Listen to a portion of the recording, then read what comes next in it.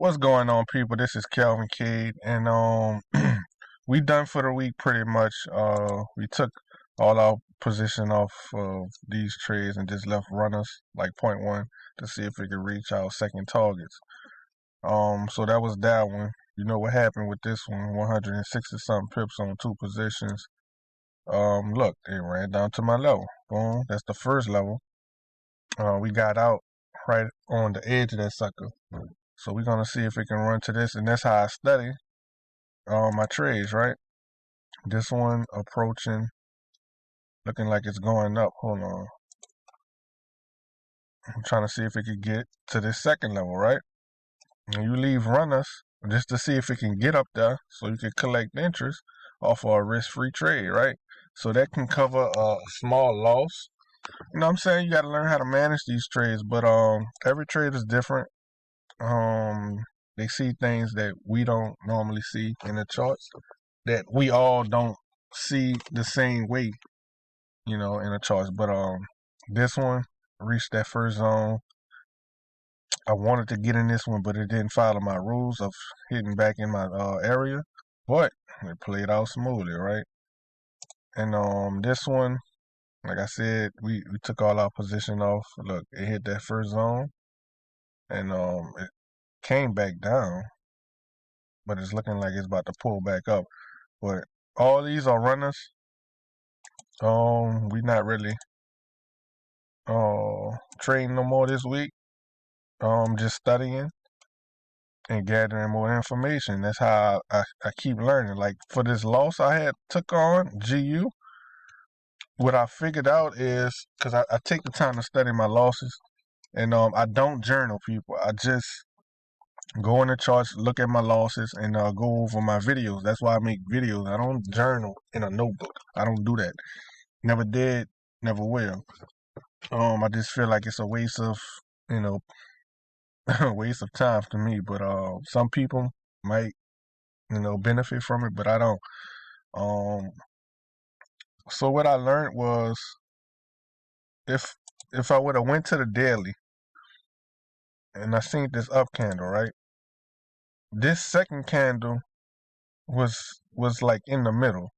That wasn't a good impulse for me to take out that, for it to continue way down. Like if sellers was coming in, this would have got engulfed, right? Sort of like this one. See that one? See how it got engulfed?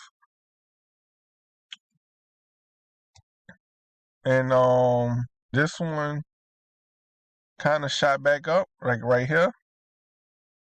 So we're just gonna mark that up. Let me just show you something. So it's basically this handle right here because it shot up and then it shot down. So we're just gonna mark this one from that down. So what I was doing is I normally wait for this thing to come down, to come back up, to shoot down, but right here, it came down right here and it shot up and it came back down, shot up. So that just proves to me there's more buyers, that's willing to buy at lower prices to push to break this high. So that's kind of how I study. So if I don't see something that's proving that sellers are really coming into the market, you know, I must just not take that trade. So like this one, invalid. Let me just do this. Yeah, we got it engulfing right here. Yeah, we got an engulfing right here. See that? Yeah, we got an engulfing, came back up, but sellers took him out, came back up. I would have took that trade back down. Same thing right here, right? Sellers took that, but it didn't meet my rules, so I wouldn't have took that. But that's something I just realized, and you learn new things and over covering your losses and studying. But let me just look on the 4 hour, see what that look like. Let me just see what that looked like. See that? You got this sale. I would have took this trade. I would have took this trade if I would have seen this. But we got it, came back into it, and it sold off. But I was trying to get back into it right here when the move already happened, right? And voila, took me out. It came down. I got in a little early. Was in massive drawdown. It came back down. I put my stop loss under this high right here. I mean above this high right here. And it took me out. So one thing I learned was, that I already knew. Just wait till it, get in your zone to take the trade. Don't get in early. And be patient, right? And if it tapped back into that once, most likely if once it tapped back in there twice, you're really playing your eyes with that. But that was that one.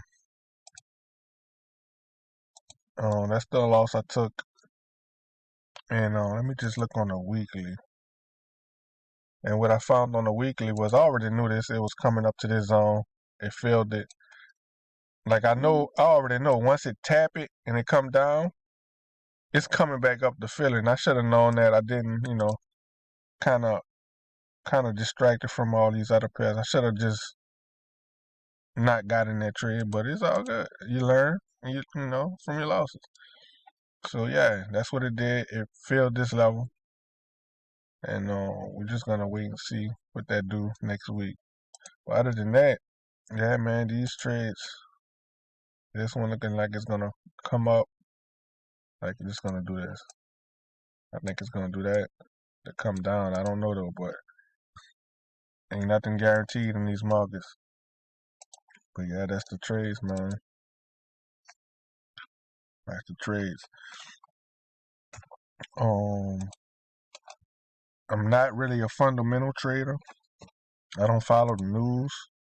Many people do, but I stick to the higher time frames because the higher time frame the news tend to go in your favor on the higher time frame if you're in the right direction, and even if you're not, I don't have that amount of leverage. I don't have a whole lot of leverage, so if it do spike up and get slippage, it won't affect my account as much. So, you gotta consider those things when you're trading people. Many people just, they find something, they find like a zone to trade in, then they just throw a whole lot of lots on that sucker. And they take a massive hit on their account and they try to revenge trade or try to make that money back, and they tend to get distracted and thrown off of their trading plan. Because I think like I said, I think any strategy will work. A crossover of a moving average, a trend line. It all depends how you master that strategy, right? Different people, people trade different. And like I said, there's a lot of ways to trade, and a lot of ways to be profitable. People, is no one way, because I be looking at traders on YouTube, and I mean they good at what they do, the real traders. But other than that, yeah, people, there's a lot of ways to trade. You just gotta find what works for you. Like if you're a swing, you like to play swings. If you like to scalp, if you like to intraday. But I work a full-time job and I trade. I'm not trying to quit my job, people, because this is easy. It became easy to me, and I'm not worrying about throwing a whole lot of lots on a trade. I can't see myself doing that. I can't see myself doing that because it's just at the end of the day, it's putting a lot of uh, strain on your brain. Having to look at that and watch it. I can't trade like that. I'd rather just throw something light on there, make a couple $100, and if it take me out, my risk was light. If I get hit with the TP, I got a good profit out of it. Like you got to think about what's more attracted to the banks, to the people that has a lot of income. You think making $10,000, $5,000 a trade, like for an average person that don't have that capital. You think if you happen to win a trade like $15,000, you think the banks will be happy with that? No, I think they would probably disregard that because you putting so much risk on your account, and just let's say that's was their money. You putting so much risk on your account, they don't want to take that risk, with you. So if you can prove that you can make a lot of money off of these little bitty lot sizes with minimum risk, but making a lot of money over time, guess what? They'll be willing to work with you because you're not risking that much on your account, but you're making a lot back in profit. So the return, that's what they're looking at. So they will work with you. So I think people got it backwards, because how this thing is being promoted right now. Or you can make $10,000 a day, 25, and you can, people, you can. But longevity, people, you wanna compound your account up. Create an income. You don't have to be in a rush to quit your job. I would never do that. Hold on. Yeah, I would never be in a rush to quit my job to trade, people. You out your mind. I would never do that. Because at the end of the day, it's multiple income streams, people. Multiple income streams. So if I can make $500 off trading in a week or two, or even a month, that's good, Just compounding your account. And over time, you can slowly raise your lot size up. But the thing is, people want to make money now. They want to make money fast.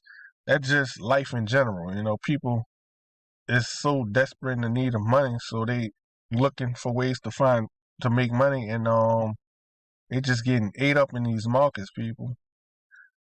I just want for the people that follow me, take a small lot size, like a 0.1 or 0.2, and try to swing trade.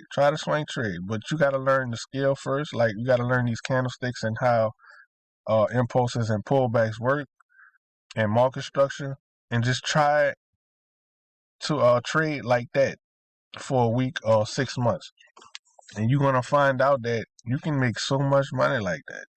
So if I had 5 positions of 0.1, right, and I caught 100 pips, how much money you think that'll be, right? So if I put 5 positions of 0.01, so each position is $10, 100 pips, right? So that's $50. And sometimes these things go for 200. You can get these spikes and they'll just take you out at 200. So that's $100 right there, easy. And no, you don't have to watch these trades. You could put your risk all the way up here, so your risk will be like $50 or $25. Put it like that, $25. So you're risking 50 pips to make 200 pips. You do the math, people. You wouldn't have to be so stressful watching these trades and going over them. But just think about it, because people is doing the opposite, and that's why a lot of people is getting ate up in these markets. Some people is good at it, some people not. But the majority, they looking to make fast money, and they desperate and they need the money, and they just getting ate up, people. They just getting ate up. So find you something that works, and after you do that, try to create a system. Like I got these little indicators, and I got a system behind this. So I know what I'm looking for when I see these indicators. I don't just see this indicator pop up and just sell. No, I'm looking for a particular thing, and if it meet my criteria, then I take the sell. Because over time, I done collect enough data to know which ones of these to take and which ones not to. But other than that, man, that's where we at for the week. We got all these runners running and just watching these things play out till next week. But other than that, man, y'all get at me, like, comment, subscribe. Look at this. It's going up. See what I'm saying? We just collecting interest. But other than that, y'all, please like the video and subscribe, and y'all get at your boy, man. Holla.